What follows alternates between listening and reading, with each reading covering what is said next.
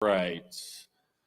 All right, 3, 2, 1. All right, we're live. What's up, guys? We're back at Tin Roof, Wednesday, October the 20th, 2021. Excited to chat with you guys. It is Texas A&M week. Gamecocks will travel to College Station, taking on the Texas A&M Aggies, looking for their second straight SEC win of the 2021 season, and also the Gamecocks' first ever win over A&M. Will this be the year South Carolina finally snaps that ugly streak against Texas A&M and just finds a way to get the job done in College Station? But again, appreciate all those coming out to Tin Roof. Obviously, we're going to have people filling as we go. We're live out here until 7 o'clock. Also, those tuned in digitally, Facebook, YouTube, Twitch, everywhere else. Appreciate you all tuning in. I see David Garrick, Justin Langford, my guy John Rice. What's up, baby? Justin Langford as well. Appreciate you all tuning in.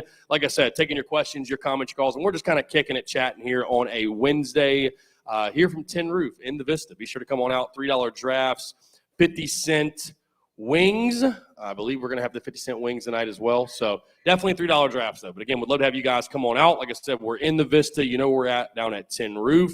I want to start, by the way, and remind you guys here at Tin Roof, a very special event going on tomorrow night here at Tin Roof, again in the Vista in Columbia, South Carolina. The 6th annual Toddies for Tatas fundraiser benefiting the SCOA Cares Foundation raising money for the benefit of cancer patients and their families in the Midlands.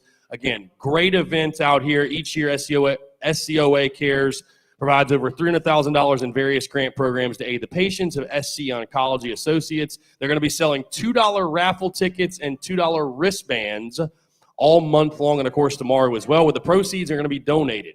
High Noon is also helping the cause by donating $1 from every drink purchased tomorrow night. So again, come on out, save the date, get ready to think pink. Wear your pink also, by the way. We're going to be out here. I was planning on coming out to this. Also, Sister Hazel is going to be putting on a free concert at 6:30, I believe, right out here. Also, it's like in conjunction with the Live After 5 every Thursday night that I think Tin Roof does, I believe. I think that's correct. So, yeah, really exciting stuff. Again, Toddies for Tatas. Be sure to come out here at Tin Roof for a great cause, by the way. Wear your pink, donate some money, enter yourself in the raffle. Going to be a really, really good time. Again, they're going to be going basically all day long.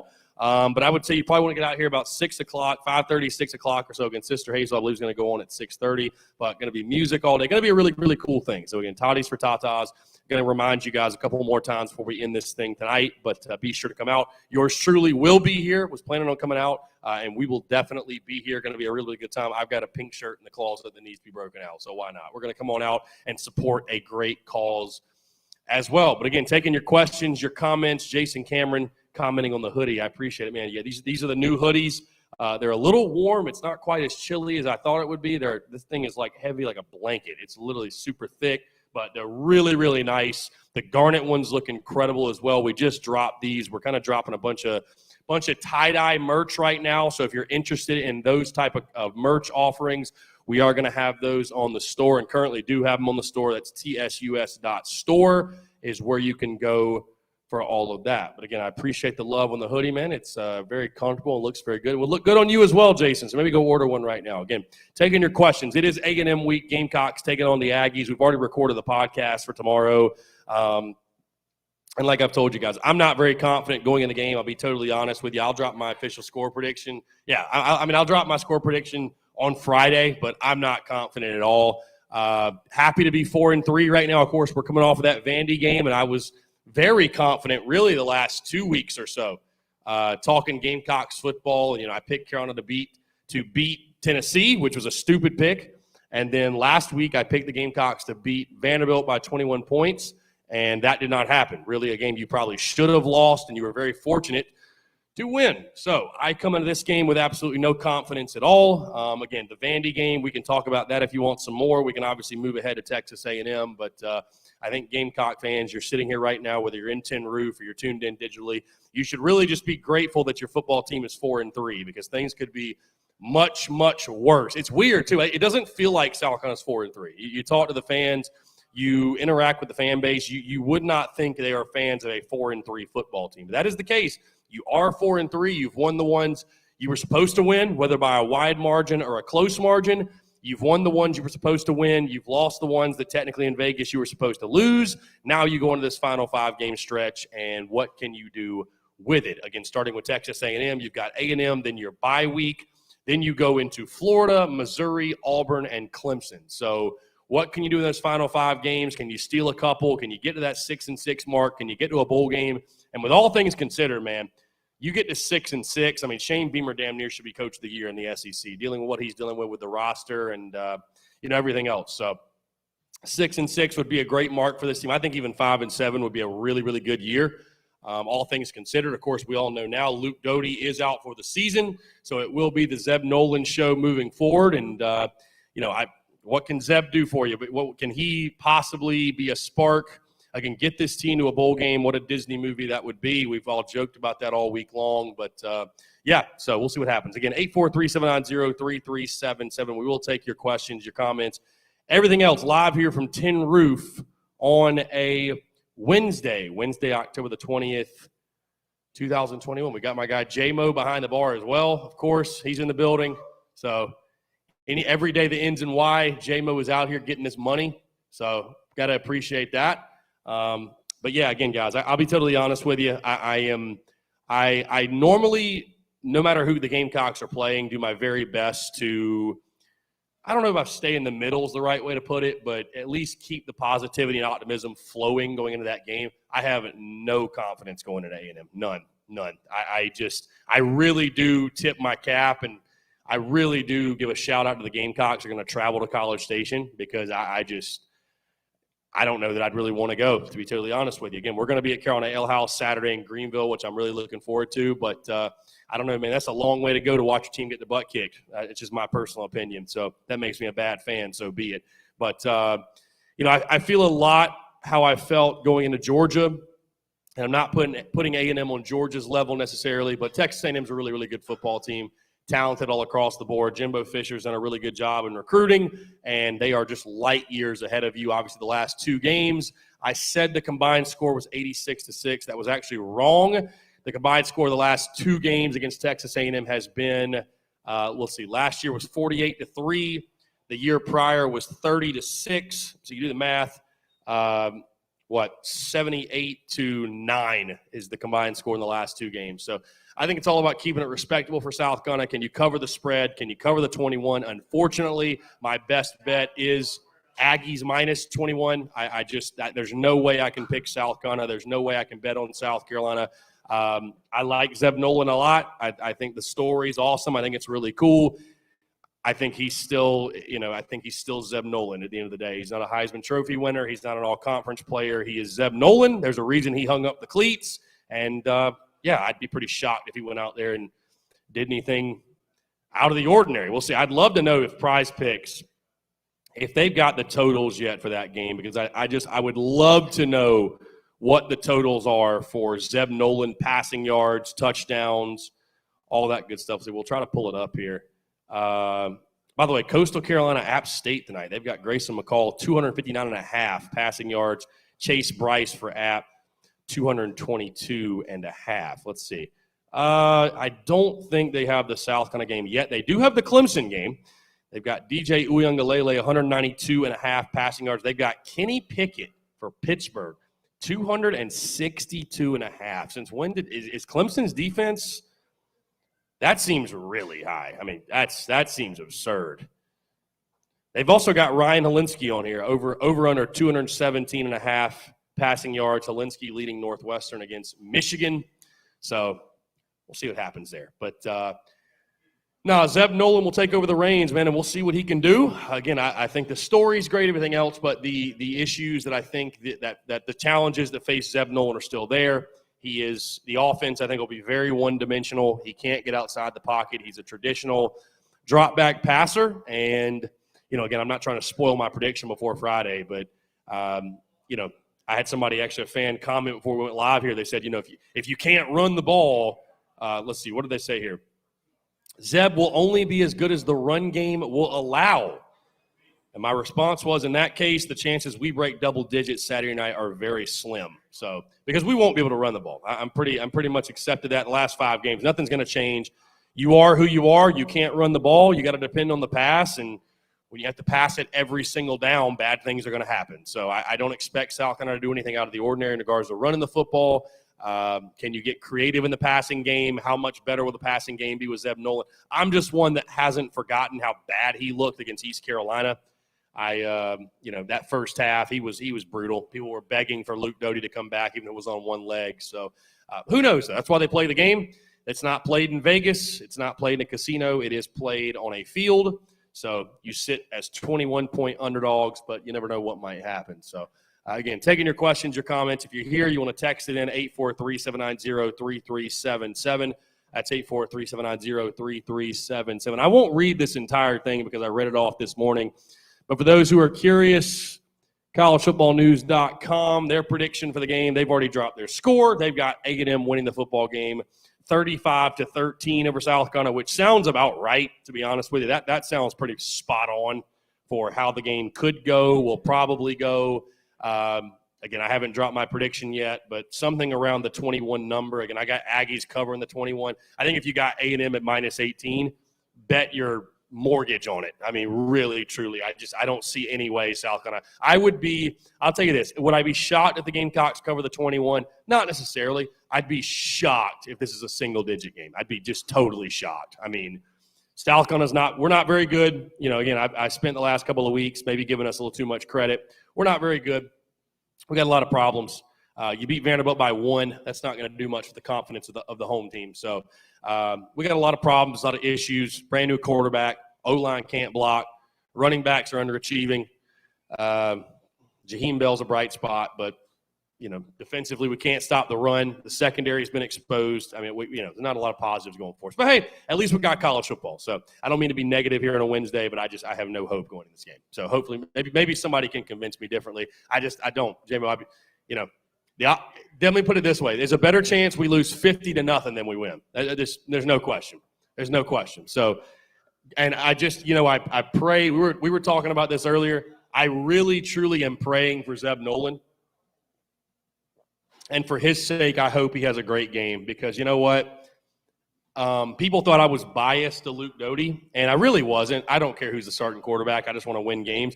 But the Doty slander got so old week after week after week.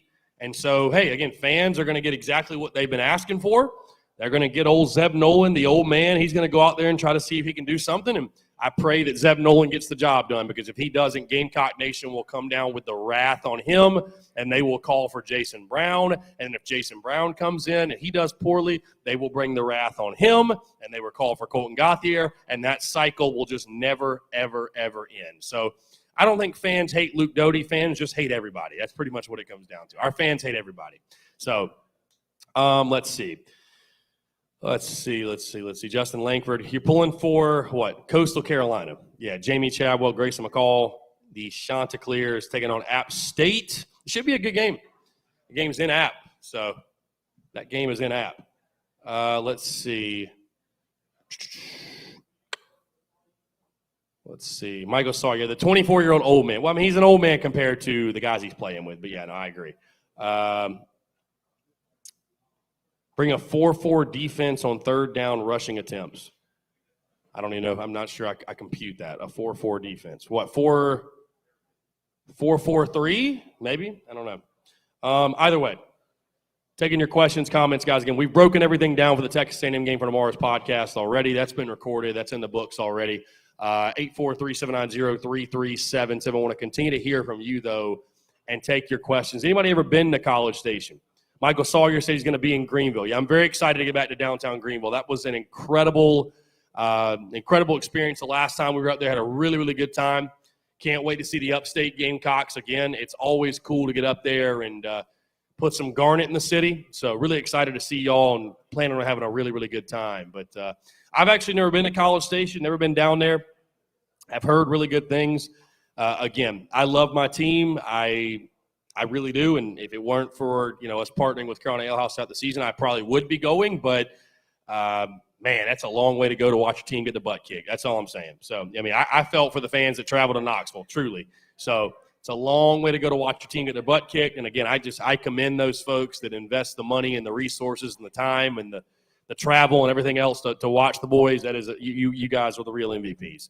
Let's see. Ryan Hood, yes, the hoodies definitely fit true to size. Just to give you a reference, I'm 6'2", 200 pounds, and this hoodie is a large, and it fits me comfortably. So do not order a size up and be like, hey, I'm going to try to get one that's a little bit looser. I promise you, if you get the size you need, it will fit well.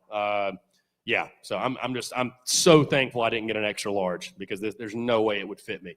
So this is a large, just to give you a reference. But yeah, we just dropped these, and not just these, but we got all kinds of hoodies, pullovers, long sleeves, everything else, of course, with the weather cooling off and all that. So be sure to check out the store, TSUS.store. TSUS.store. Really, really good stuff. So also, guys, just posted this right before we went live. Big shout out to Jalen Foster, who was named to the midseason All-American team by the Sporting News. So Jalen Foster leading the SEC in interceptions. He has 5 picks, which is, like Co Simpson-esque numbers. 5 picks, leads the SEC. He's also leading the team in tackles. So big ups, big kudos to Jalen Foster.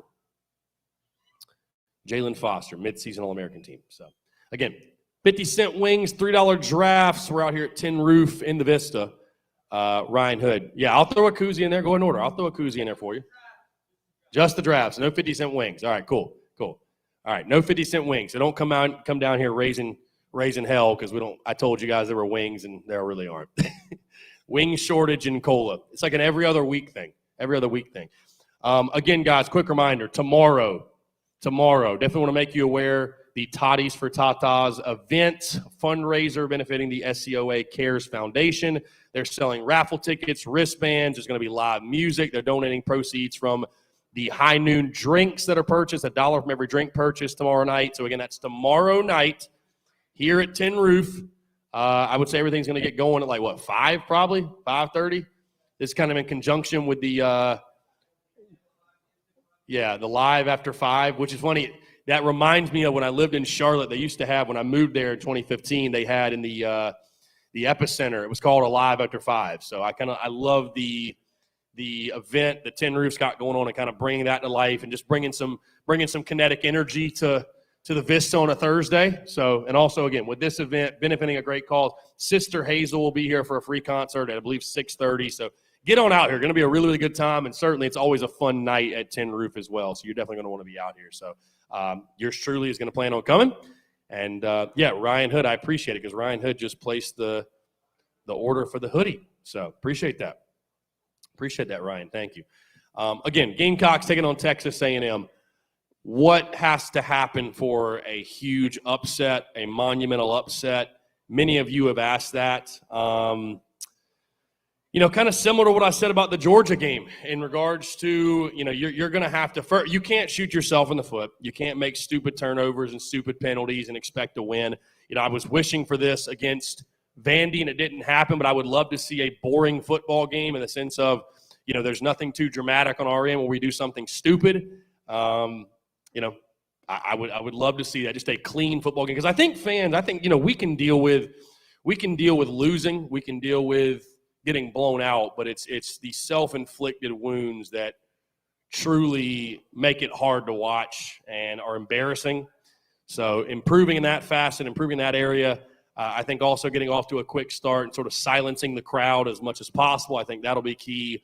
And I think you got to air it out, man. I think you got to air it out. I've been talking all season about, failing fast and Satterfield. People want to talk play calling and all that. I thought the comments Shane Beamer had were very interesting. He was very quick to defend Marcus Satterfield, and some fans did not like his comments, basically saying that, hey, we got to be better. We got to have more consistency at quarterback.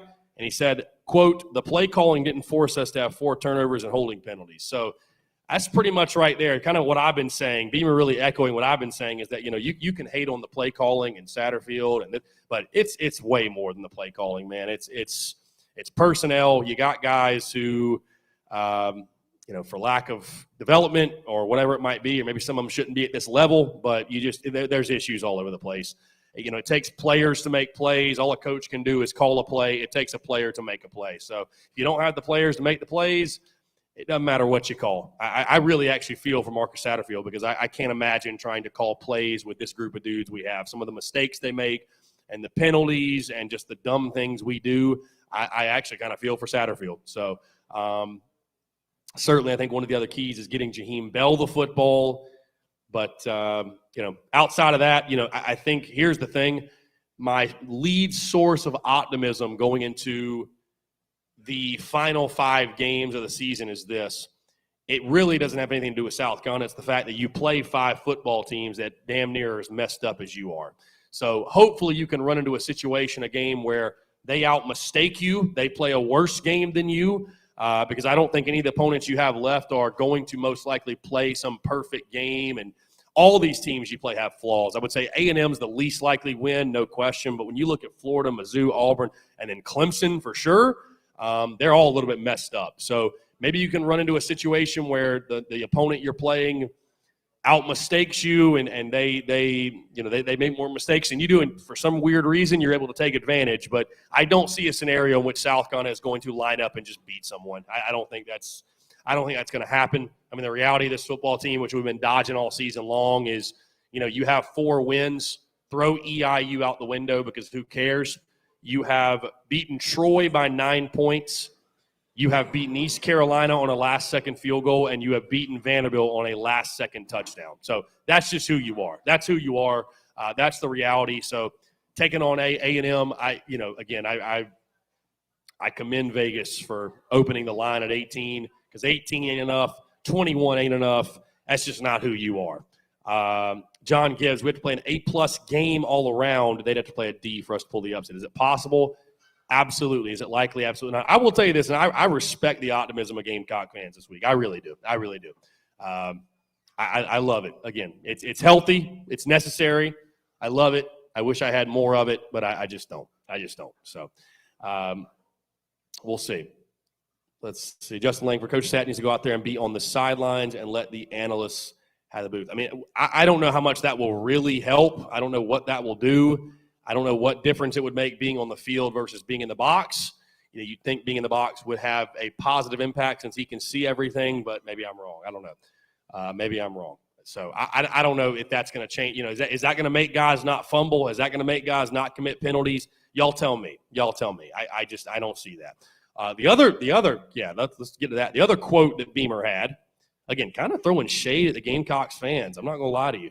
Kind of throwing shade at fans. When Beamer said, quote, I don't know what the message boards are saying, but I'm sure they're nuclear about bad play calling. Well, I don't know what play calls were bad on Saturday, so help me out.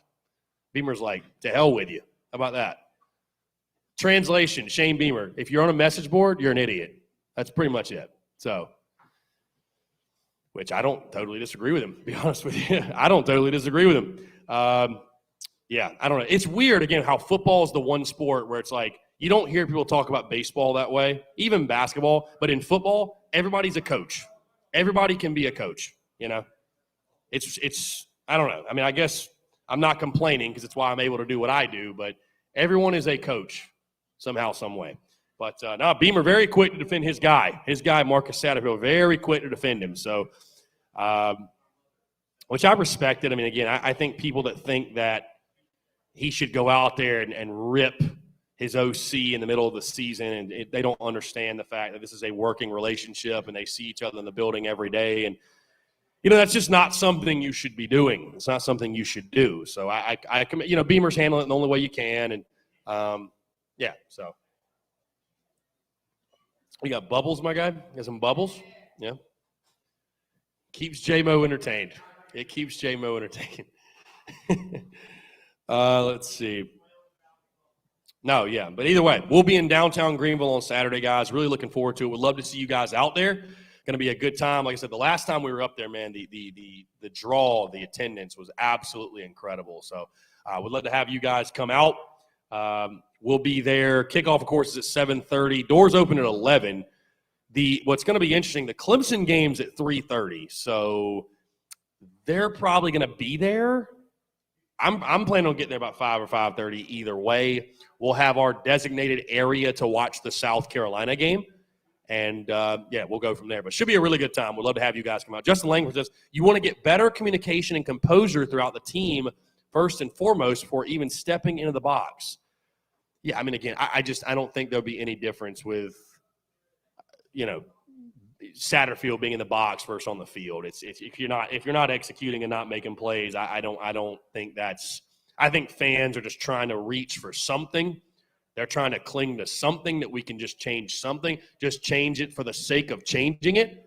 But I don't see that being something that's going to make some huge impact on the offense and their performance and their production and everything else. So I don't know. Again, maybe I'm wrong, but 843-790-3377. Guys, again, you can call that number, you can text that number, whatever you like. And in case you didn't know, we do this every single day, noon to 2 also. So, yeah, the Daily Crow, noon to 2 on Facebook, YouTube, Twitch, everything else. We do have a text. I almost missed this. What do you think of potential quarterback commit Prometheus Franklin? Who is this? Who is he talking about? Is this like a joke of a text? I don't think so, but who is this? I think that's Peyton actually texting us in. I appreciate that, Peyton. Zeb throws for 350 and 4 touchdowns this week. You heard it here first. Also, Mike Davis gets back to form with a 100-yard game. I would love to see it. Zeb Nolan for 350 and 4 touchdowns. I'd love to see it. JB says you felt decent after week 2 about this game and your chances with Texas A&M, but then you realized our offense was inept and not improving at all. And then the Bama game happened. It's going to be a long day for the Cocks. A&M is going to blitz their tails off. Yeah, and they don't even really have to because DeMarvin Leal, a guy on the edge, he's got 5.5 sacks, 8.5 tackles for loss. One of the best. I mean, they're a good team, bro. A&M's loaded. You know, you don't beat A&M or you don't beat Alabama if you're not loaded with talent. I know their season didn't get off to the start they wanted, losing back-to-back SEC games to Mississippi State and Arkansas. But yeah, I mean, they're good. They're really good. They're on a whole different level than South Carolina is. They're on a whole different level. Last weekend against Vandy, by the way, people I know we were upset, complaining, whatever. South Carolina's been ranked near the bottom, at the bottom all season long by most people that cover SEC football as one of the 2 worst teams in the SEC, and that's exactly what that looked like last weekend. The 2 worst teams in the SEC playing a football game. That's kind of how you draw it up. That's kind of how you'd imagine it would go. So, again, there are a lot of issues the Gamecocks have, and the only way to solve them is in recruiting. That's it. Bottom line, you got to go recruit some big-time players and keep building the culture and instilling the system and just kind of go from there. So Justin said I think it would help the linemen tremendously and it would help everyone gel better as a whole. G.A. Mangus was on the sidelines. Well, everybody does it different. You know what I mean? Marcus Satterfield's not G.A. Mangus. So if you want G.A. Mangus, go hire G.A. Mangus. But there's only one G.A. Mangus. I don't know what to tell you. JB, over under 8 snaps for Jason Brown on Saturday. Yeah, I'm going to go a hard under unless Zeb Nolan gets hurt. A hard under, again, I say this with all due respect because I've met Jason, awesome dude, awesome kid, glad he's a Gamecock. Sometimes I do wish that some of these fans that have been clamoring for some of these guys to get out there, I wish they would get out there because I'm telling you right now, if Jason Brown started and played the entire game Saturday, we'd probably lose by 7 touchdowns. I'm not even kidding. I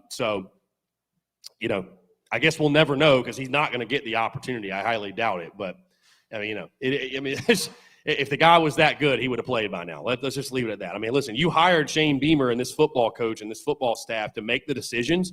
If they need us to tell them who the starting quarterback is, then we got more problems than we got problems. Okay, so that's why I was rocking with Luke Doty, and now he's out and Zeb Nolan's the guy. So. We'll see what he can do. All right, we actually got a call here. We're going to jump to the phone lines real quick. So I'm going to put sound guy Phil to work here. Let's see. All right, David, go ahead and fire away with your question, and I'll shoot you the answer off air if you don't mind. What's going on, man? Appreciate you calling in. No, not a problem, man. With everything that went on last year, do you think that there's a chance that at 4-8 or 5-7 we'd still get a bowl game? And hypothetically speaking, how do you think you would react if after the A&M game said, I thank Zeb for what he did, I thank Jason for wanting to come here, but we're going to go with Colton to gain experience for him next year and play it out? Have a good one, man. Appreciate it. Yeah, appreciate you, David. Thanks so much for the call, my man. Good friend of mine. Appreciate you, David. So the first thing, could a 5-7 Gamecocks team get into a bowl game? Who knows? I mean, it depends on how many teams are bowl eligible or not and the slots they have to fill. I would 1,000% take a bowl game if you were 5-7, though, if they wanted to give it to you. I think the people that – and I've seen them on Facebook, which should just tell you everything you got to know. I could just stop there and you'd probably understand there's probably a stupid comment coming. But, I've seen people say that, we Beamer should say no to a bowl game if we're 5-7 and we get offered. We shouldn't accept the bowl game if we're losers and we have a losing record. And Beamer would be a complete idiot if he did that, because extra practice time, another opportunity to compete. And honestly, for all the hell our players have gone through the last year dealing with the Muschamp thing and a new coach, you know what? If we can get to a bowl game at 5-7, go. Reward them. I don't care. It's better than sitting at home, sending the guys home for 3 weeks, 4 weeks, whatever, until spring ball gets back. So, 5-7, if you can go to a bowl game, I'm down for it. Hey, it gives me another game to talk about. So, selfishly, I hope it happens. That'd be great. I would love it. I was ready to talk about the Gasparilla Bowl last year, even at 2-8. I was ready. We were ready. So, I don't know if it'll happen, but if it does, if the Gamecocks get that opportunity, I say you take it. Again, you get that extra practice time, and this is a team that needs it. That's more practices for your coaching. Everybody can benefit from that. And then again, just another opportunity to compete. And, even if you're in a game you shouldn't be in, you shouldn't be in, quote unquote, if you can win that game, hey, we all know how the positive momentum winning a bowl game does, which it feels like it's been eons since South Carolina won a bowl game. I guess it was Michigan. Yeah, it was Michigan in the Outback. Well, it feels like it's been forever. But if you can win a game like that, take that positive momentum into the offseason, you take that into recruiting. And here's the other kicker, too. I don't know who a Gamecock would be to turn down a bowl game, because it ain't like we've been to 100 of them. You know what I mean? So we need to go to every bowl game we can go to. I don't give a damn what the record is. The other question, if Shane Beamer hypothetically after the bye week said, you know what, thank you, Zeb, we're going to roll with Colton Gauthier to get him experience. Would it bother me? No, it wouldn't. It wouldn't bother me. No, I wouldn't. It wouldn't bother me at all. I mean, whatever Beamer wants to do, whatever they think's the best decision for the team.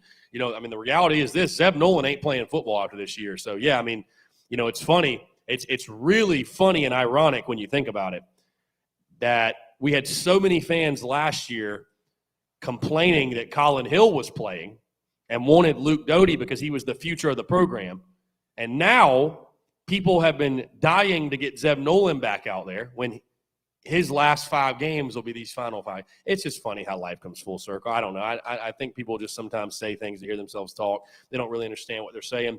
But, no, I mean, I wouldn't mind it at all. That would make sense to me, because here's the thing again.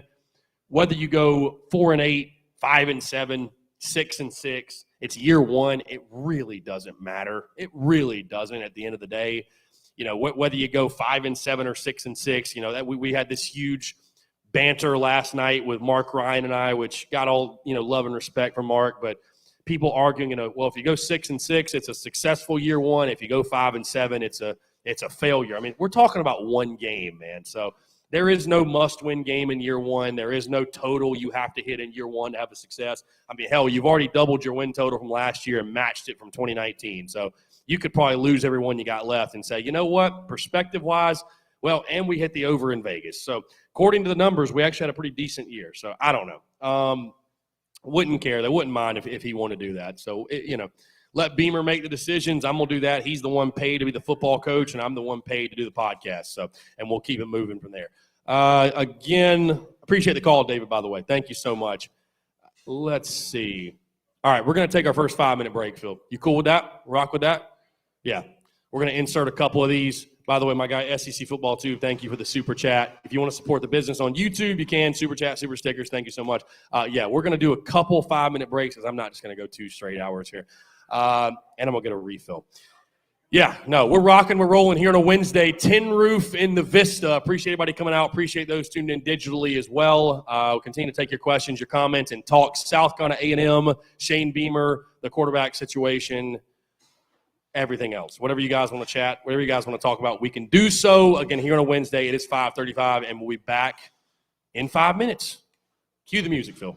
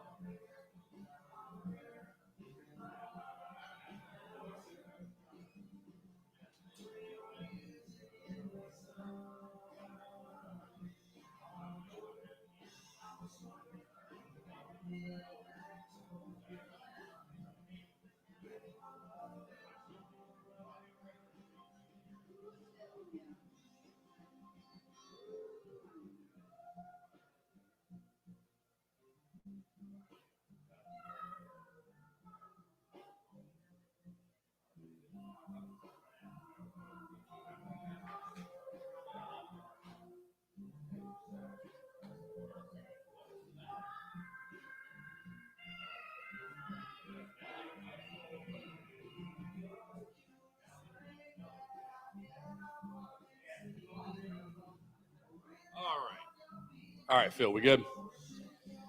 Sound guy, Phil. Appreciate you, my man. All right, we're back. 843-790-3377. Taking your questions, comments, everything else. It is Texas A&M week. Texas A&M week. A tale of streaks. Another week, another streak, right? Last week, this time, we were talking about the Gamecocks going for their 13th straight win over Vanderbilt. And thank God we got it. Somehow, some way, we got it. This week, we're talking about a different streak. South Carolina has lost 7 straight to A&M. They have never beaten Texas A&M. Will this be the year? Doubtful, but you never know. It would be a sweet victory. I know this is one, if you had to rank which game Gamecock fans want to win more than any, this one certainly, I think it's got to rank up there just because of the frustration against the Aggies over the years. I mean, I can tell you personally, I was at the 2014 game, the first one when South Carolina took on A&M, and the Kenny Trill game when the beginning of the end of the glory days of Steve Spurrier and that 2010-13 run, and Kenny Trill scoring like a zillion points on us, and the reality became the reality very quickly that it was not going to be, like we had seen the past couple of seasons. But either way, Gamecocks, again, will look to snap the streak. I don't know if it'll be this year, next year, whatever, but 7-0 A&M sits right now against Carolina. The last 2 meetings obviously been very tough, but you never know. Again, that's why they play the game on the field, not in a casino, not everyone else. Again, 843-790-3377. Brian Dean says, if you project Zeb Nolan, he will pick the Aggie defense apart. I'm most intrigued just to see how different the offense looks. I mean, again, was Luke Doty 100%? No, he wasn't, and that's really the biggest shame for me is that at no point he was 100%. And that's the perspective, because somebody's bringing it up in the comments about the conversation I had with Mark Ryan last night. Here, we've actually got a call. I will get to that point in a second. We do have a call on the phone line. Sound guy, Phil, I'm going to put you back to work, my man. Let's see. Robbie, 2 times in one day. Here we go. Robbie, 2 times in one day, my friend. I love it. Hey, fire away with your question. I'll shoot you the answer off air. Go ahead. All right. I'll try and make it as brief as possible. But you obviously remember back from 2010 to 2013, all the weapons that we had on the offensive side of the ball, correct? Yes. I do believe that we do have weapons on the offensive side of the ball, and no disrespect to any of them whatsoever. But I feel like if we had more weapons than what we do have, I believe this season would have gone completely different. And I was just wondering what you think about that. If we'd have had more weapons than what we do have, do you think the season could have gone much different?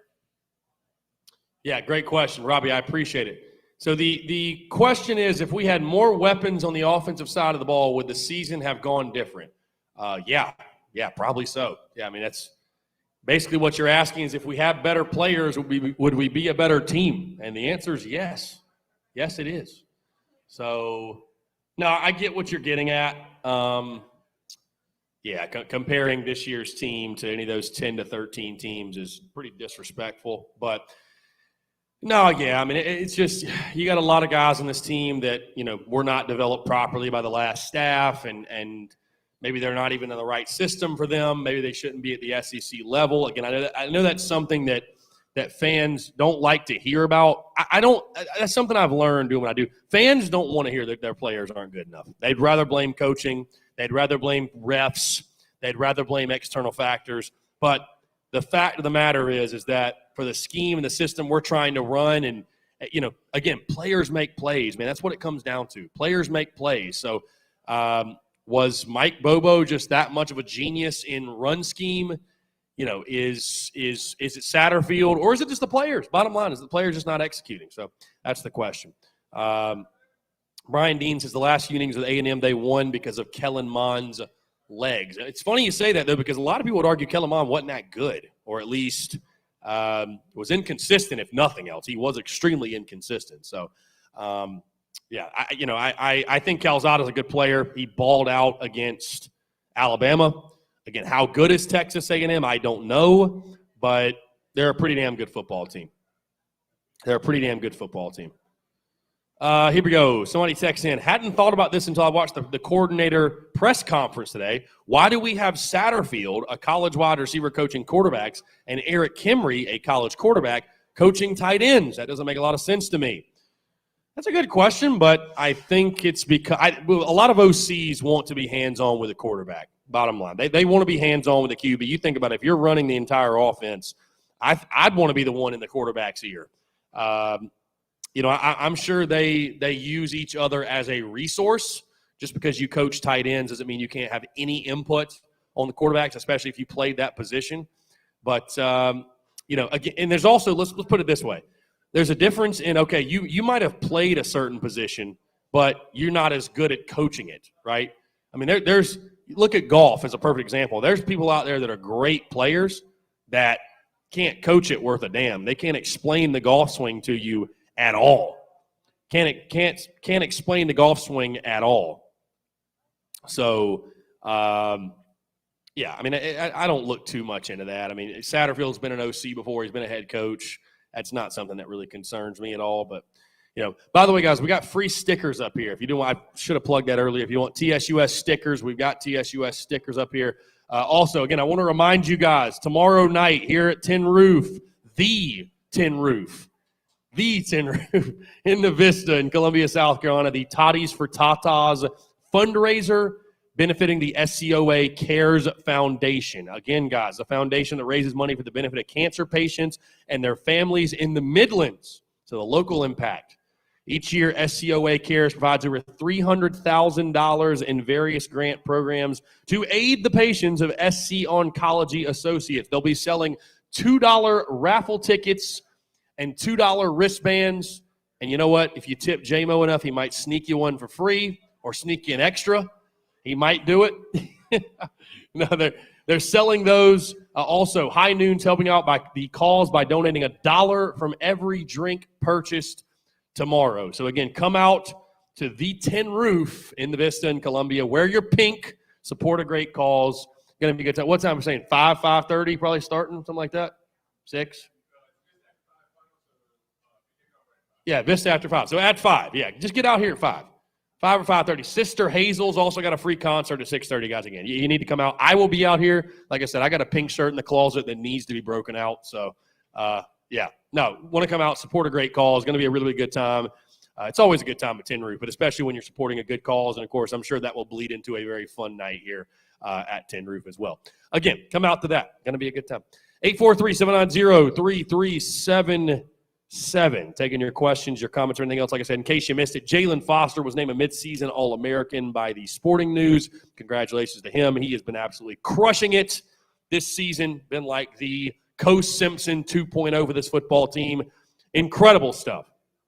Also, Appalachian State and Coastal playing tonight. I know that's kind of a random side note, but I don't know if you guys have ever been to The Rock. It is such an awesome venue. The Rock is incredible. Really good time. Yeah, The Rock's awesome. I would love to honestly see South Carolina travel to Appalachian State. I was very upset I didn't get to go to East Carolina, go to Greenville. So.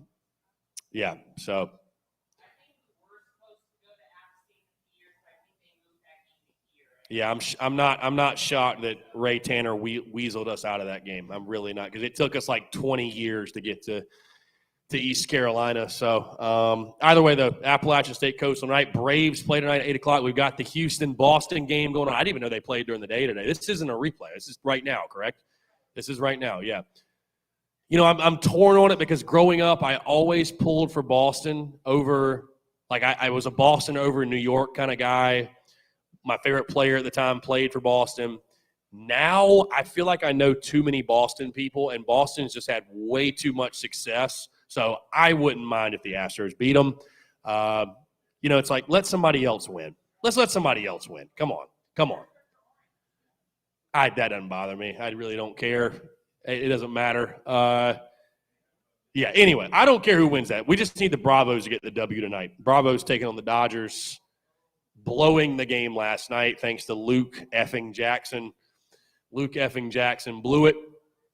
So, huge game tonight in L.A., 8 o'clock first pitch, or like 8:07 or whatever weird time they have for the first pitch. So, again, it is A&M week, though. It is A&M week. You are correct. We don't like orange. There'll be a lot of orange in November, by the way, for South Carolina, Florida, Auburn, and Clemson. So the Orange Crush, the return of the Orange Crush. How will South Carolina fare? I'm really excited. Some great home games in the month of November. I will be planning being in all of those. Again, Florida, Auburn, Clemson, all of those games at home. What you can't see is that underneath this hoodie, I've got on the All My Homies Hate Mike Bobo t-shirt. We're going to start pushing those really hard probably the next week or two to make sure. I want as many people in Willie B rocking the Hating Mike Bobo merch. Which funny, like I don't really loathe Mike Bobo, but our fans sure do. So I'm here to pour gasoline on that fire, no doubt. Brian Dean, appreciate you, my man, showing love with the Beamer Ball hoodie. Thank you for the order. Appreciate you. Good looks indeed. Good looks indeed. So Stephon Gilmore rocking number 9 for the Panthers. Love to see that. Panthers have been kind of sucking lately, but whatever. I'm not really a Panthers guy, but it is what it is. But again, taking your questions, comments, calls, 843-790-3377. How do y'all feel about the Texas A&M game? Let's see, we got a comment here. Running quarterback's always been our Achilles heel. Yes, it has, for sure. We are the kings of making opposing quarterbacks look like Heisman Trophy contenders. No question. Brian Dean, defensive plan, stack the line, shut down Spiller and the other running back, and play the A&M receivers one-on-one. Boy, that sounds like a great plan in theory, doesn't it, Brian? That sounds like a great plan. Is it that simple, Is it that simple? Do you remember the football league? I don't know if it's – I doubt it's still going. Maybe it is. But there's a football league. Johnny Manziel was playing in it where – it's literally they let the fans call the plays.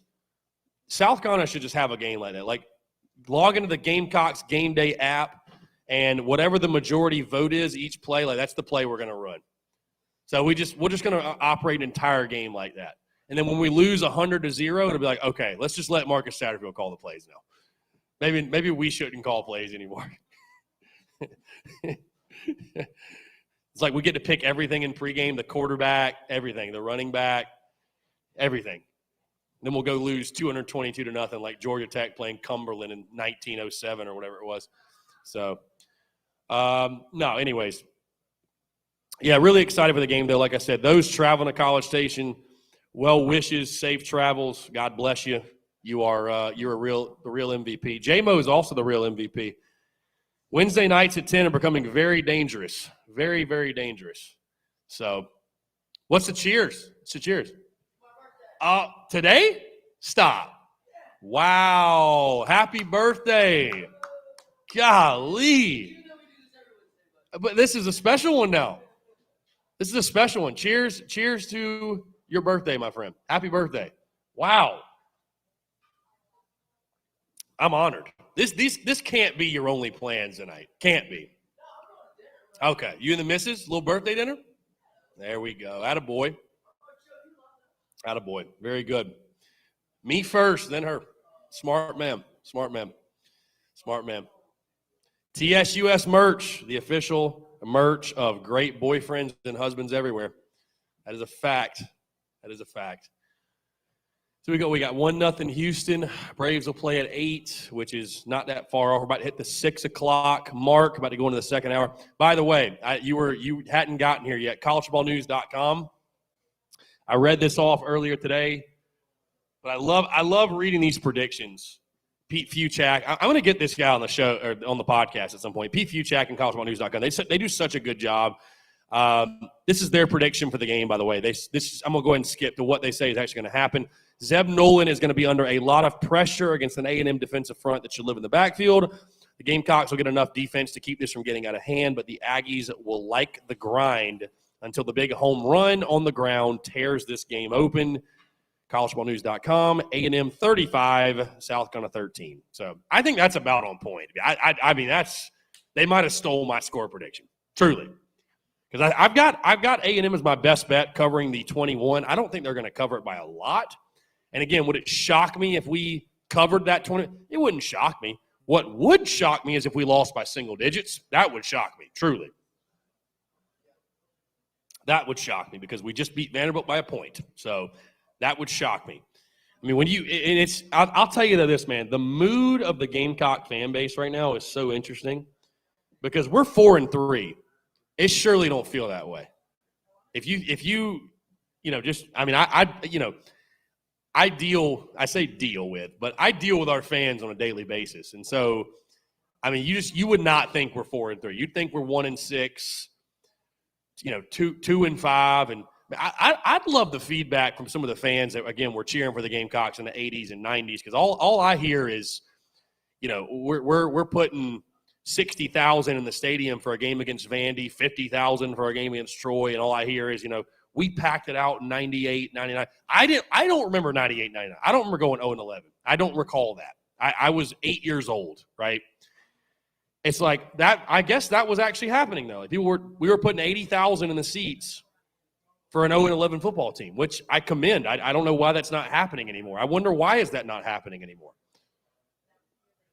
I think streaming plays a lot into it. I think cost of admission plays a lot into it. But I don't know. I don't know what's changed. Again, that's why I don't understand the vitriol and the frustration from some people right now being 4-3. It's like, I mean, damn, Shane Beamer's doing nothing that hadn't been done in the history of Carolina football for the entirety of the 100 years it's been in existence. So it's like, what are we complaining about? We're right on schedule, really. We're right. 4-3 with 5 to go. I'll take it. I mean, and I'll tell you this, and this is the point I wanted to get to actually before I got a call. So I got into a little back and forth banter with Mark Ryan of ESPN Upstate last night, who Mark Ryan is everybody's favorite analyst in South Carolina, especially Gamecock fans. But Mark Ryan and I, this is how it started. Brad Crawford, a good buddy of mine that works for 24/7 Sports or CBS Sports, whatever. He's a national college ball writer, but very close to the Gamecocks program. He wrote that he still felt 5-7 was going to happen for South Carolina. And my comment back to that was, at this point, with all things considered, I think 5-7 would be a massively successful year.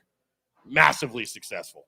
Now, with all things considered is the key point. Because before the season, I said, and Mark was very quick to point this out, hey, 6-6 or better is a success. Anything below that, I mean, you don't ever really want to get to a point where you're celebrating having a losing season, if you will. But I'll be honest, man, if you would have told me that South Carolina wouldn't have had a truly healthy Luke Doty for a single game this year, and you would have showed me the rushing statistics, no question I'm picking us to go 3-9. There's no question I would have picked a 3-9 season. So if Beamer can somehow, I mean, here's the thing. Here's the spin zone. Fans look at the 4 wins and throw EIU away. They look at the wins that we have, though, and say, oh, my God, we beat Troy by 9, we beat ECU by 3, we beat Vandy by 1. The fact that Beamer has been able to hold the thing together and the wheels just haven't completely come off those, a minor miracle. I mean, could have easily quit against East Carolina. Could have easily been down and out and lost to Troy. Could have easily quit against Vandy and lost that. I mean, I accepted we were losing. I was prepared. You ever seen what's the gif of, I forget the movie, the gif where he pulls his sword out and it's like the entire army's running at him?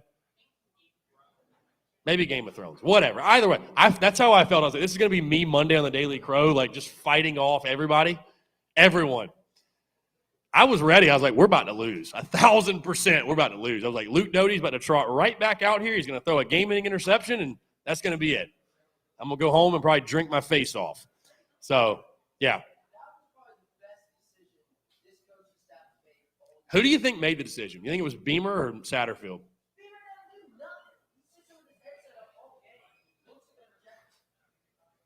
Well, then, damn, I guess we should be giving Satterfield some kudos. I think there's a lot of fans that need to say some apologies. I mean, I'm sure he told him before it happened. I'm sure he was like, hey, man, I'm going to go with – we're going to put Zeb in. What do you think? I mean – like I said, I was in the stadium. That was wild, man. That was wild. You think we're getting worse? Yeah. Yeah. Well, Vandy sucks. Vandy does suck. There's no question. Yeah, no, I agree. I think Troy and ECU would both beat Vandy. There's no question. There's no question. Well, the good news is, at least spinning it on a positive note, at least we're complaining about it after a victory. We could be – I mean, can you fathom if Carolina would have lost that game? I mean, can you imagine if South Carolina would have lost that game?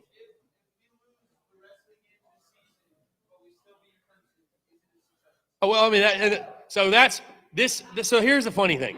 That's what this season's turned into. This is a typical Gamecock season. This season will be the success of this season will solely be based on the result of the Clemson game. We could lose every one of them 50-0 the rest of the way out, but if you beat Clemson, all is forgiven. It's like it didn't even happen. Give Beamer a lifetime contract. He beat Clemson. Truly, that's it. Before Spurrier, that's the way Gamecock fans thought. It's like, hey, if we just beat Clemson, again, if you polled South Carolina fans right now and I was like, hey, I'm going to poll you, totally anonymous, I want your honest opinion. Would you rather go 11-1 but lose to Clemson or go 1-11 and beat Clemson? I'm telling you, I think it'd be a split vote at worst. Probably 60-40, they want to go 1-11. I'm not saying it's right, but it's a fact. See, I don't have to deal with Clemson fans on a daily basis. I guess there's some out there that do, though. Some people, God, believe it or not, are friends with Clemson fans, which is just shocking to me. I don't have that problem. I'm not friends with any Clemson fans. So maybe that's the solution to your problem. Just stop being friends with Clemson fans. Then you won't care so much. I'm excited just because, selfishly from the content side, of course, from the fan side in the game, but I'm excited just from the content side of like, bro, this is going to be the most intriguing Carolina Clemson game in 7 years. Yeah. Birthday boy with the question. Hey, how old are you now? You want to throw that out there or no? What, 25? 29? Well, I'm 30, bro. So, 30 going on 21.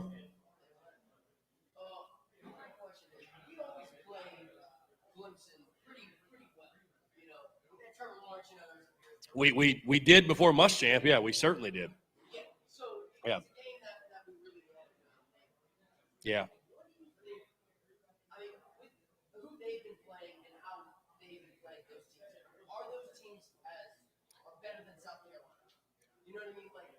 I just think Clemson sucks, man. There's something's off.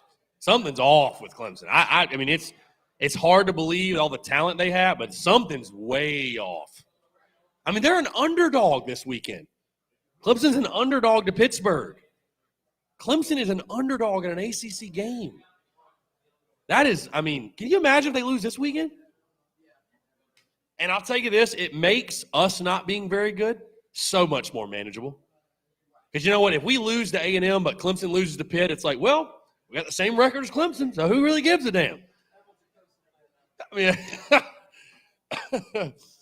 don't know about all that, but yeah, no, right. Is Syracuse better than South Carolina? Is Georgia Tech? Is Georgia Tech better? Well, Boston College is pretty good. Now, I put some respect on BC. But Georgia Tech, yeah. Come on, is Georgia better than – come on, man. Georgia? No, yeah, it's I don't know, man. Again, it all comes down to that. You just beat Clemson, your season's a success. And I'd say that too. I will take 4 straight games of a butt whipping if we can just beat Clemson. I'm at that point now. I don't even care. Because the merch that will come from yours truly will be it will be insanity. I will be the most insufferable human being on this planet for the next year if Carolina can beat Clemson. Because you got to think, man, since the inception of the business, we haven't even come close So it will be TSUS. There will be a daily post every day reminder of just a picture of the scoreboard every day, just every day of that game. So they better pray it doesn't happen. But God, what I don't want to get ahead of ourselves. What a magical day that would be. What a magical day. And Clemson still got Wake Forest, who's undefeated. Again, I don't want to spend this entire show talking about Clemson, but that's going to be a fun week. That's going to be a very fun week. So I will say my brother did go to Clemson. Thank God he doesn't care about sports. That's the good news. He literally does not care about sports, which is great. So, yeah. But either way, let's see. David Barnes, I'd rather lose every game left except Clemson and not go to a bowl game with a 5-7 record than win the rest of the games other than Clemson and end up 8-4. Perspective. God. Well, I told you, man. That's it. So, again, taking your questions, comments, 843-790-3377. That's 843-790-3377. I'll be very curious to see how Shane Beamer puts his spin on the rivalry, too. Is he going to say anything? Maybe a little jab or something like that? Just a little jab at Dabo, jab at Clemson. I doubt it, but, I'm sure that Beamer will be very complimentary, as he has been of every single team we've played. Painfully complimentary of every single team we played. So, yeah, but Texas A&M week, Gamecocks traveling to College Station.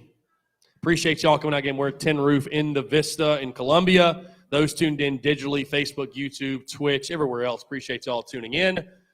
Like I mentioned, a quick reminder, this weekend we will be back in Greenville. Downtown Greenville, we'll be back.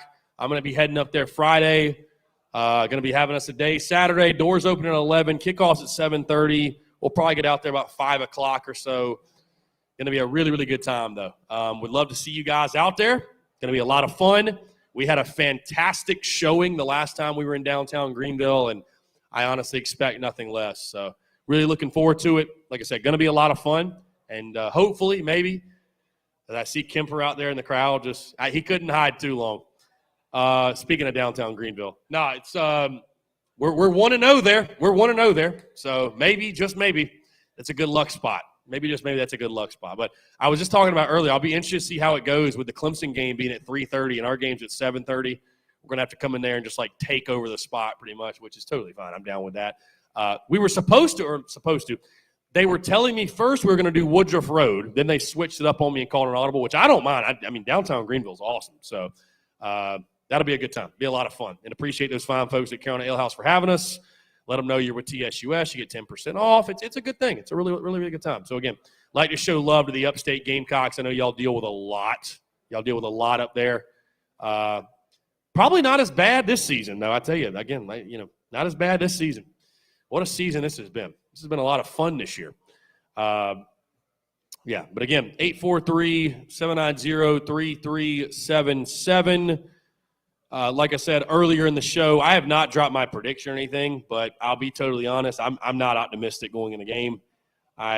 Here's one of the reasons, too. I wasn't optimistic in the preseason about this one, counting down the days to kickoff. I never felt good about this game. My preseason prediction for this one, I think, was 37-20, but you have to understand my preseason prediction was counting a healthy Luke Doty, who had been playing for 7 consecutive weeks as our starting quarterback, and the offense starting to click, and a run game that was decent.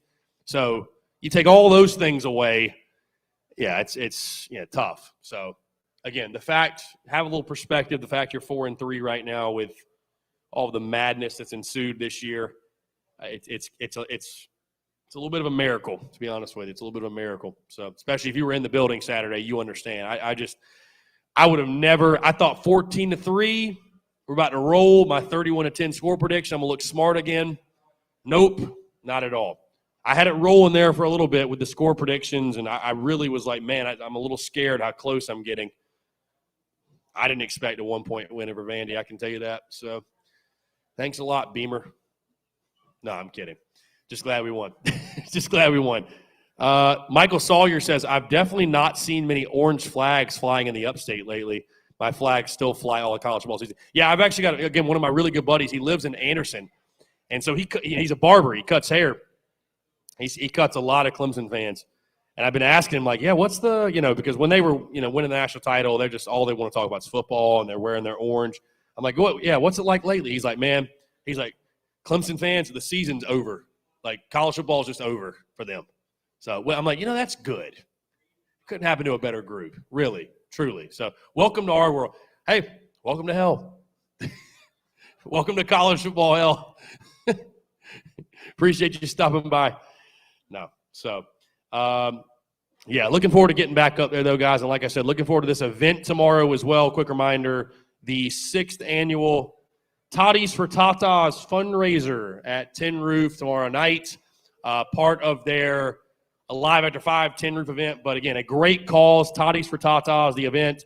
It's a foundation that raises money for the benefit of cancer patients and their families in the Midlands. Every year, SCOA Cares provides over $300,000 in various grant programs. They're going to be selling raffle tickets, wristbands, and High Noon is going to be donating $1 from every drink purchased tomorrow night. So, again, come on out. Wear your pink. Also, Sister Hazel will be here putting on a free concert. I'm just shocked you haven't brought a freaking Oh, you're waiting. You're waiting. Yeah, you knew what I was going to say before I even said it. Anyways, wear your pink. Sister Hazel going to be putting on a free concert. Going to be a really, really good time. Yours truly will be out here. And, again, it's for a great cause. So come out to Tin Roof in the Vista, Toddies for Tatas event. Yeah, so, again, come on out. I'd say get out here around 5:30. Concert gets going at 6, or the live music gets going at 6:30. And, so going to be a good time. Like I said, I'm looking forward to coming out here. J-Rock Media says Gamecock Nation has to remember one of the best things Spurrier ever did for the program was not put Clemson on a pedestal. Brian Dean says Dabo is not throwing many pizza parties. Yeah, not many pizza parties these days for those guys. Yep. I'll tell you, Carolina Clemson Week is going to be a wild time. I mean, I'm looking forward to it. Because, I've only gotten one Carolina Clemson Week living here, and that was 2019. And it's just like when your team opens up as a 28-point underdog, rivalry week doesn't have the same bite to it. You know what I mean? So I hope just Vegas just do it. Throw us a bone and make it a 3-point spread, Vegas. Just do it. You know what I mean? Like just make it, no matter what the records are. But cheers to that. Cheers to South Carolina beating Clemson. Good stuff. That fireball still burns. Still burns. Yeah. He got suspended. Yeah. You want to know why I think it happened? What could have happened? I don't know. I don't know if I want to say. He got suspended for violating team rules. Whatever that means.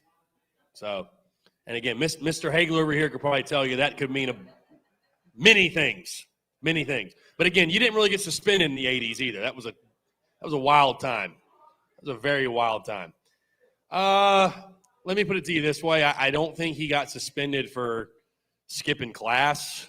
I think it was probably something a little more harsh, something a little more extreme. Littering and smoking the reefer. I don't know. I don't want to put that on the kid. I don't know. I have no idea. Just my assumption. So, but you know what assumptions do. So that's whatever. He's back. It is what it is. I'm sure he ran the stadium 1,000 times. So, whatever. But hey, that's kind of some of the things Beamer's trying to fix. God, I'll tell you. Do you remember when Spurrier first got here and we had guys getting arrested like that doesn't happen anymore. Thank goodness that don't happen. Or either that or we're just covering the hell out of it up because I don't ever see it. But, dude, we used to be, we had dudes getting arrested like Georgia. It was just crazy. It's crazy. So we've cleaned it up a good bit. We've cleaned it up. Let's see.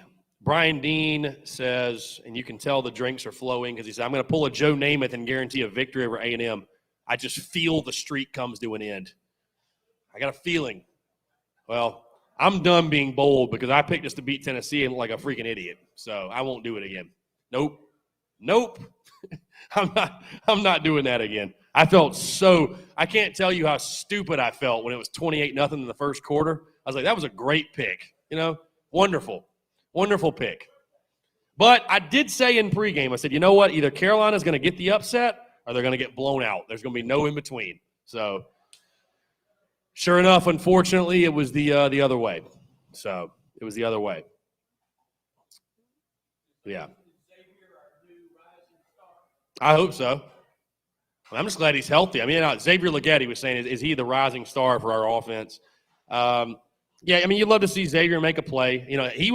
I actually predicted him last year to be the breakout guy on our offense, and it just never happened for, a bevy of reasons, I'm sure, and he's battled injuries, and he's battled injuries this year too. So I'll tell you who the I guess some of us would already consider him a star, but the guy who's the rising star that needs Jaheim Bell just needs to touch the ball constantly. I mean, he was the guy in the preseason I said that I thought could be this year's Kevin Harris, and kind of the guy that comes out of nowhere and has a huge season. And I mean, dude, that play he had, that touchdown. I know it was Vandy. That was grown man, get off of me, beast mode type of football. So again, that's what, to me, like, I don't know what happened. I mean, you're up 14-3. I'm thinking to myself, we're about to just crush these guys, and you forgot how to play football for 2.5 quarters. So I don't know what happened. Andrew, the textbook, said I had South Carolina beating Kentucky and Tennessee. I'm done being bold. Yeah. I mean, it's whatever. I mean, you've won the ones you were supposed to. You've lost the ones that technically in Vegas you were supposed to. I know it's painful to see Kentucky.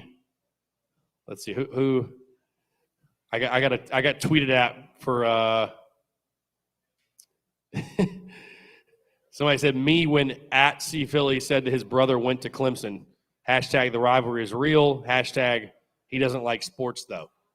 Oh, that was you. Oh, not bad. Well, yeah, that's a fact. He did go to Clemson. Yeah, he did.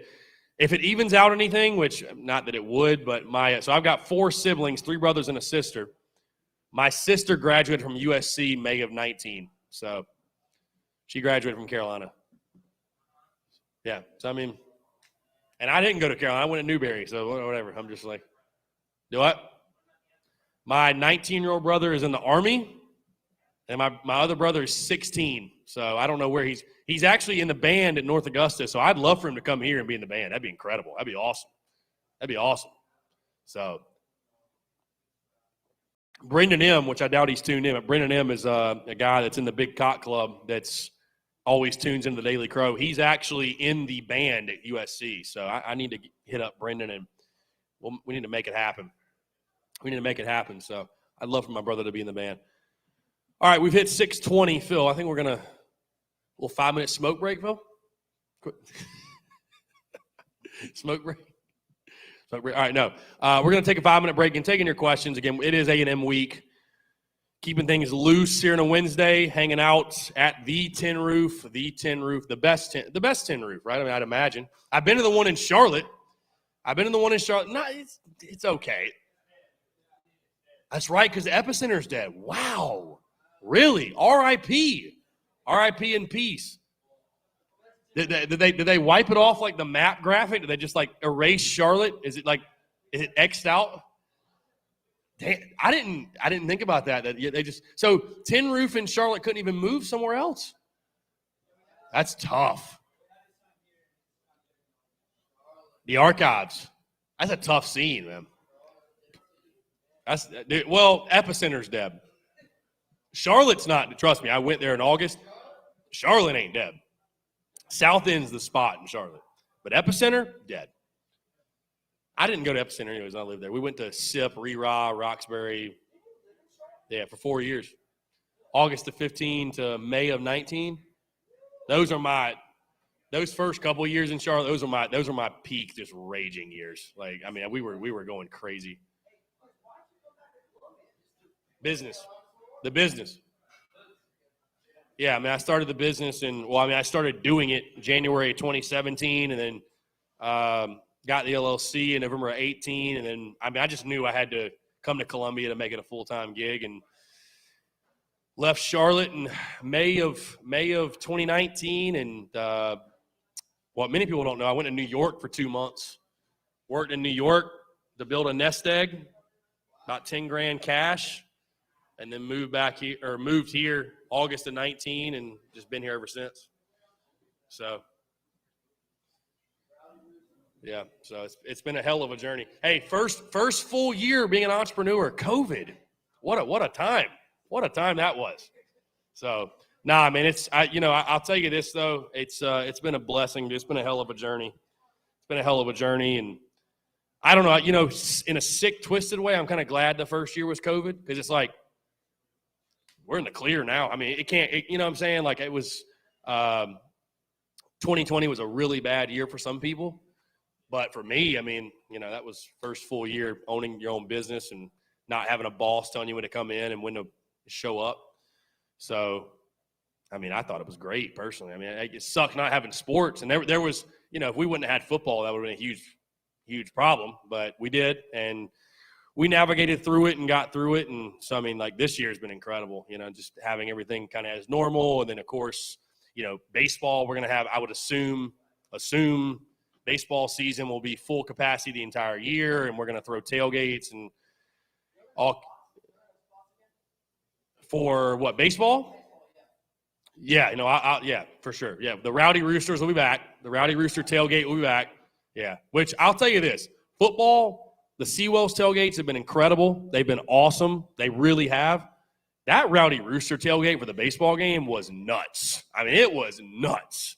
Because I think it's just one of those things where, like, we were just kind of getting out of the COVID stuff. We were just getting out. And it's like people were so starving to tailgate. It was just like, and then we had Nick Muse stop by, E.J. Jenkins, Jason Brown, Lloyd was out. Yeah, all the football guys came by. It was a good time. Yeah, many beers were deleted. Many beers were deleted. So it felt like a football game, truly. It felt like a football game. So, yeah. Well, and, I'll tell you the reason I did it. The reason I did it was I didn't do it for, like, personal gain or anything. I just was sitting there, and I was like, okay, we have this student section, the hecklers, like we're our guy, our fans are doing a hell of a job. And Tennessee had the Legends of Lindsey Nelson, and they had a Twitter account. I was like, we need something.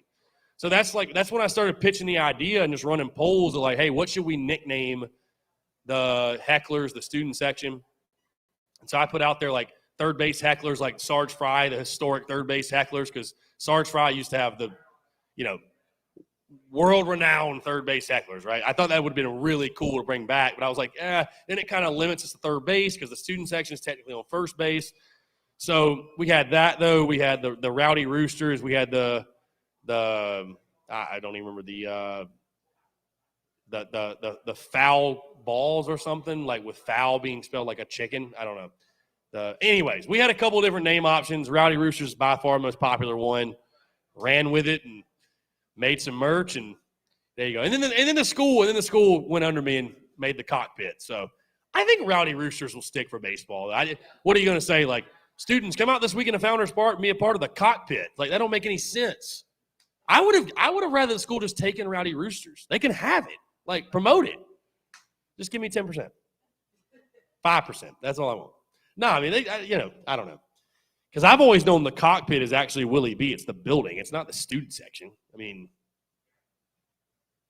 I like Frank's Fanatics for the basketball, personally. I mean, unless Frank's not going to be here after this year, which is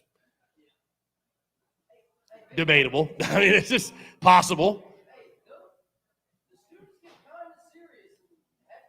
Yeah, no, the students for baseball were incredible, man. The students in baseball were incredible. They made a difference. I think in football, the whole stadium's so loud that the whole crowd, but in baseball, man, it's like, man, the students make a difference. I mean, because they're the true rowdy, rowdy ones. The extension for what, Kingston? Well, he has to have it to recruit. He has to have it. Every coach you have has to be under at least 3 to 4 year window, because how can you go into a kid's living room and say, hey, I'm gonna be here, I'm gonna be your coach if you got a 1 year contract? I mean, you can't sell that to a kid. So, yeah, it makes sense. It makes sense to me. So, anyways, I don't know. All right, cool. Let's get to that 5-minute break. I'm going to take a minute. Phil, hit the music. We'll be back in 5 minutes.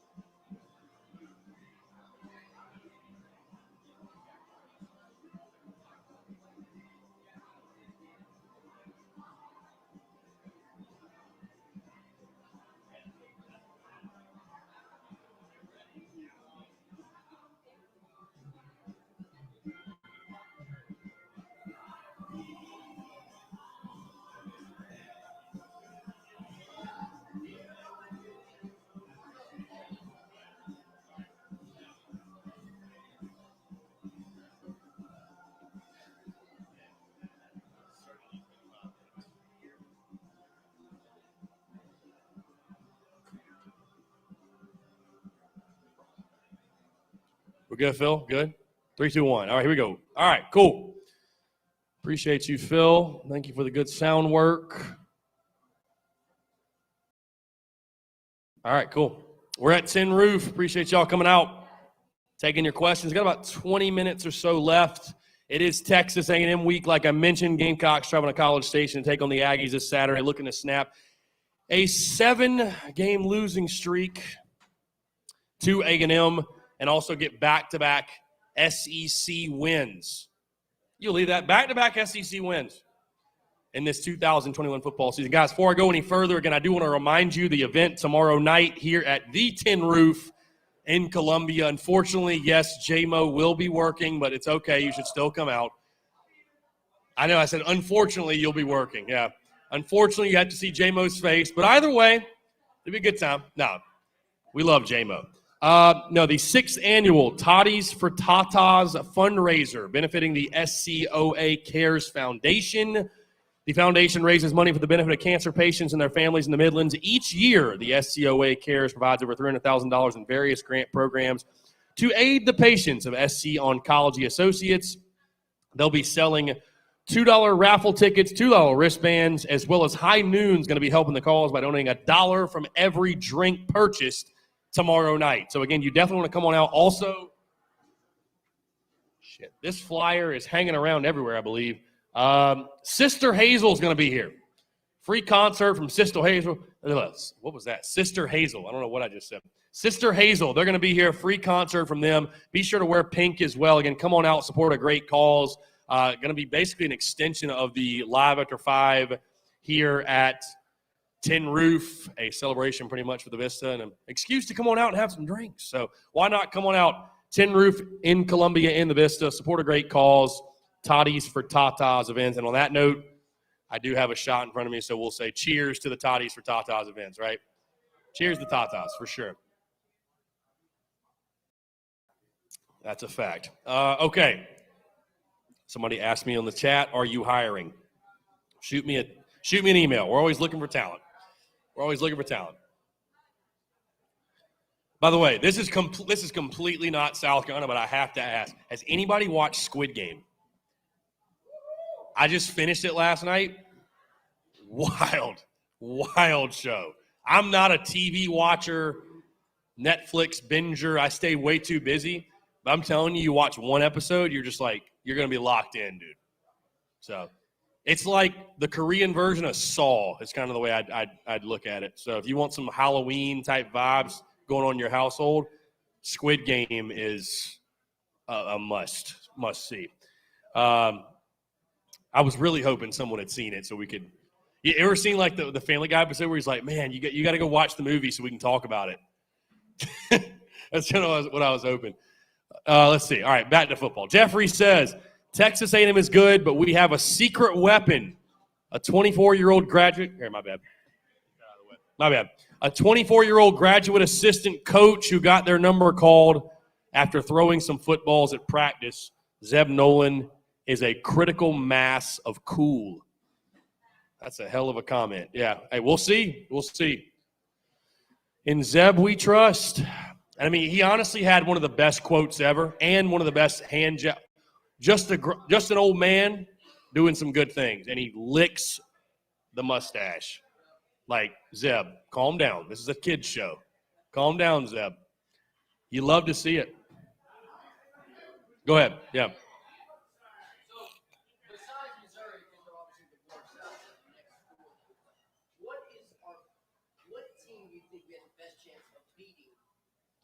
Best chance of beating in the last 5 outside of Mizzou, because Mizzou is complete hot dog water. I think it's got to be Clemson, man.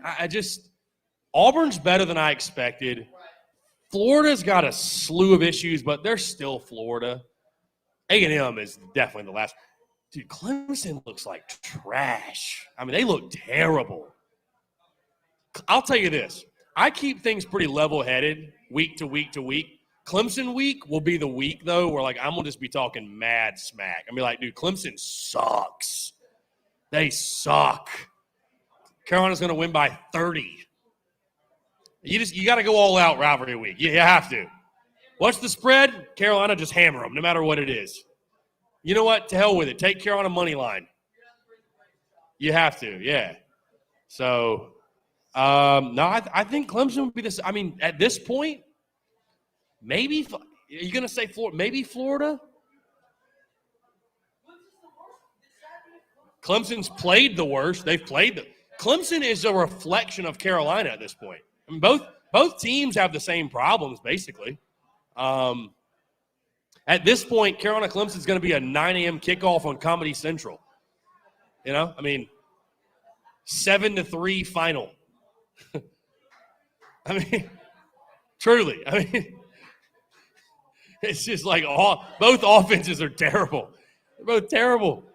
And it'll probably be it'll be I don't know. Actually, it'll probably be 14 to, or no, it'll be like 7-2. and then it'll be all just defensive touchdown and a safety, and that's it. It's the whole game. So, I don't know, man. It's a great question, though. Great question. Let's see. Again, 843-790-3377. I had something on my head I wanted to say, but I can't remember what it was.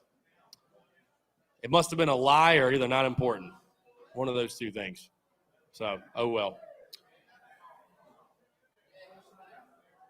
Bravos will be chopping tonight. Braves get going at 8 o'clock or so. We got about 15 minutes, about 10 minutes or so left. We'll probably wrap about 6:55. Let these guys get set up and do their thing. It looks like it's going to be a big night tonight at Tin Roof.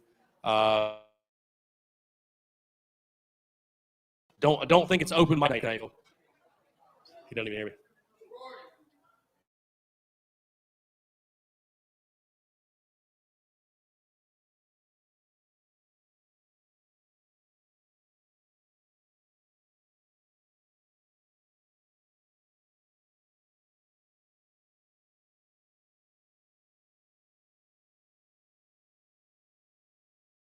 In the 80s, right?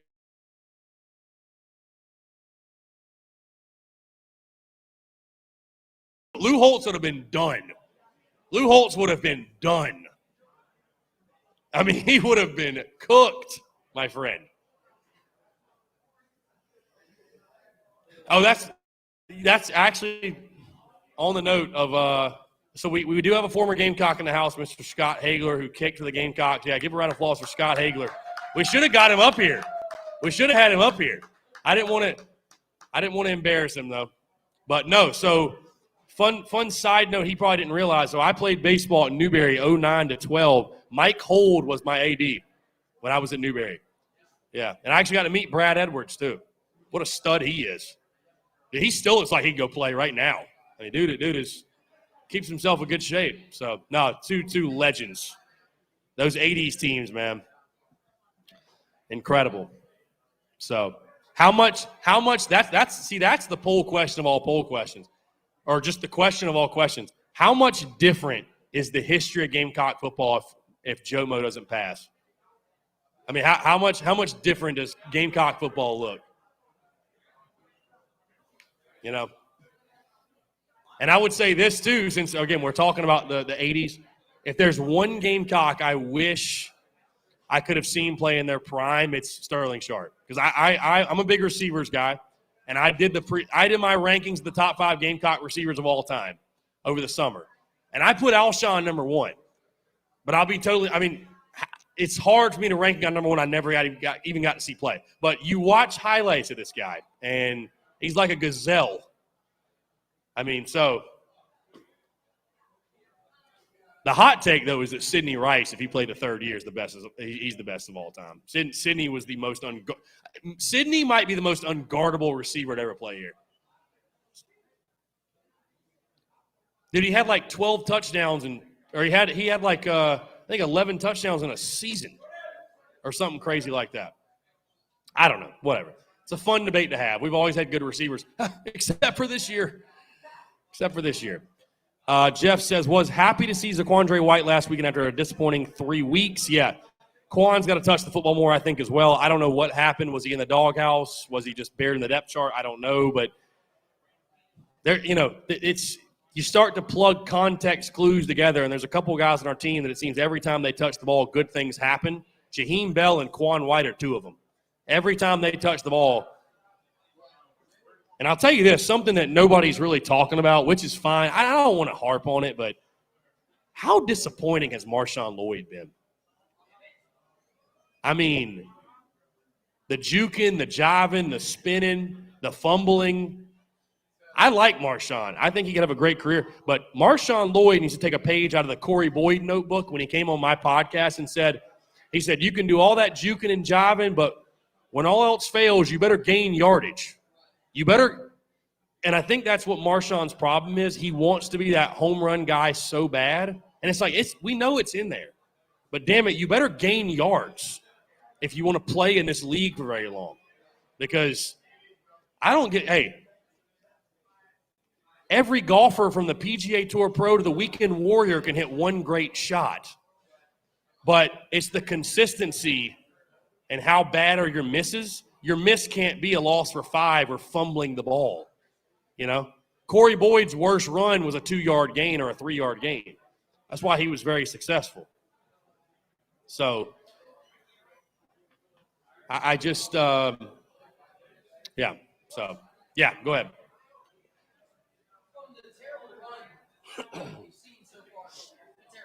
The running game. Yeah, it's awful. It's dog shit. Yeah. From the dog shit, who is the best dog shit? Who's the best running back? Yes. Right now? I mean, from what we've seen so far, dealing See, I'm a little salty too because I had Kevin Harris over 72.5 rushing yards, and if he would have hit it, I would have won $1,000, $100 to win $1,000. So Harris is out. But Well, they didn't freaking give it to him, which pissed me off. I was like, why you keep putting Lloyd out there? Anyways, who would I start at running back Saturday?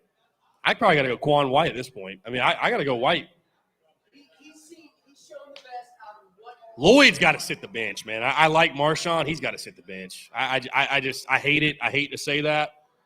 I don't want to give up on the kid, but, man, like, we're trying to win, you know? There are no time for feelings, and this ain't Pee-wee, and we got to share the ball. Like, we got to find a guy, you know what I mean? Like, and Quan White, at least what I can respect about Zaquandre White, every time he touches the ball, he is running like a man with his hair on fire, and he's gaining yards. He is gaining yards. I mean, damn it, for an offense that can't hardly move the ball, that's a plus. You know? It doesn't help when you got Marshawn Lloyd and he, you know, loses 2 or 3, and then it's 2nd and 13, and, bro, we ain't built to win in no 2nd and 13 or 3rd and 8 or any. So, you know. Juju's good, but he's not as good as White. Well, I think Juju's good. I mean, he'll be back on the field this week. I mean, I think your top 2 guys right now are White and Juju. Yeah, both of them. I mean, Juju's a guy, he's shown he needs to touch the ball. You know? So, you know, Kevin Harris, he had the back procedure. How bad was it? And I know it's frustrating for me. It's frustrating for fans because, again, the culture of football, it's all about secrecy and nobody can know anything and we're not going to disclose this and that. But it's just really annoying for fans when Kevin Harris led the SEC in rushing yards and he looks like a shell of himself this year.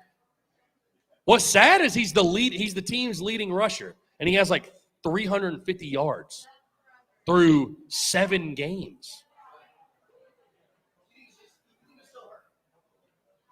Well, I think the O-line ain't blocking worth a damn neither. So, I mean, yeah, the O-line ain't blocking worth a damn. It's who can overcome the O-line. Right. But I'm sure the backs bother him a little bit. I mean, I think it was Beamer that said this week they'd be willing to give him 25 carries, 30 carries. I mean, apparently not. Because he hadn't even come close to that. So, but, yeah, I don't think the recipe to success against A&M will be running the ball 50 times. You can't run it. You can't run it. So, hey, everybody wanted Zeb. Here you go. Go throw it 50 times. Let's see if we can go win. That's it. That's what I'd do. What choice do you have? You can't run the ball. I mean, that's it. So,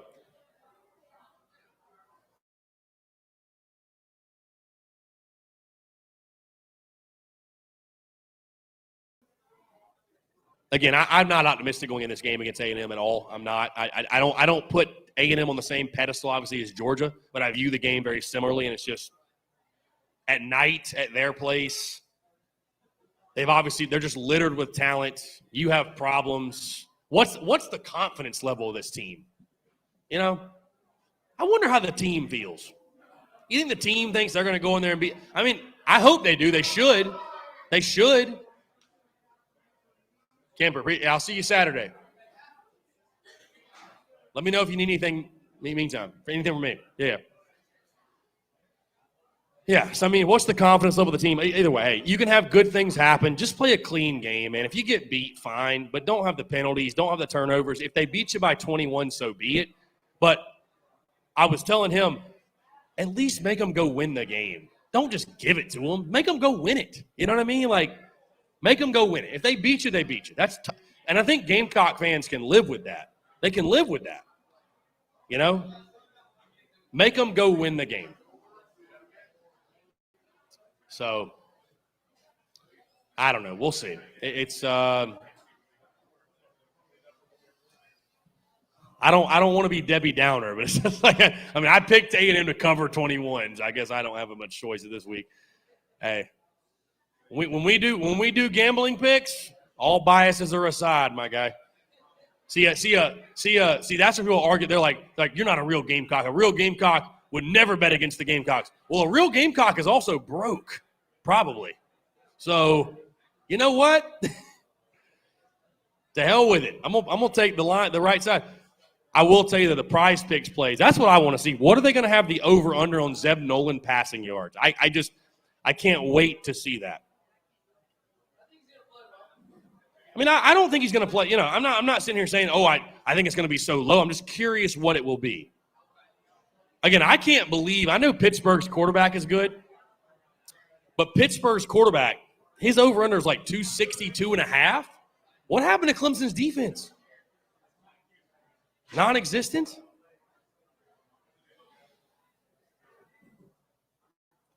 Let's see. They got Zeb on here or no? Let's see. No. They do not have our game yet. Matt Corral over under 255.5 against LSU. Over. That's money. That's cash. That is cash. Bro, I had Isaiah Spiller over 99 rushing yards against Mizzou. He had 83 after the first quarter. So, but I also had Kevin Harris, and I needed all 4 picks to hit, and they didn't. That was the only pick I needed because Ken Seals didn't even play.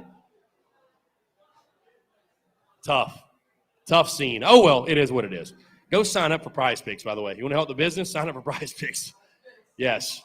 Prize Picks are our best friends right now. All right, cool. We're going to go ahead and wrap it up, I think. I don't want to talk anymore about how Texas A&M is going to beat our ass. So I'm sick of it. I'm sick of it, yeah. I'm sick of it. No, seriously, hey, I would say this, perspective-wise, we have 5 games left. Enjoy every single one of them because you know what? We spend months – we count down from 100 days to football season, and, you know, I don't know. You can do whatever you want. I'm not here to tell you how to run your life, but don't cut the game off early. Don't leave early. Support the guys because if you think losing sucks for us, I can promise you it really sucks for them. I promise you. They're the ones in the weight room. Hey, I've been a part of some 5 a.m. workouts. A lot of them, they suck. I can promise you they suck. That extra running, it sucks. So, yeah.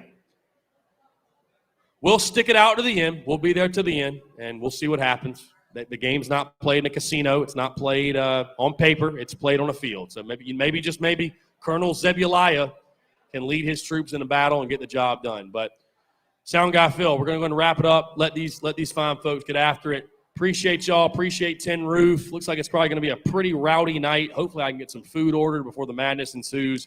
And, yeah, we'll do it again next week, I assume. So I'll leave you with this. Go Cox, beat A&M. We'll talk next week. Phil, hit the music. Let's have a night. Appreciate y'all.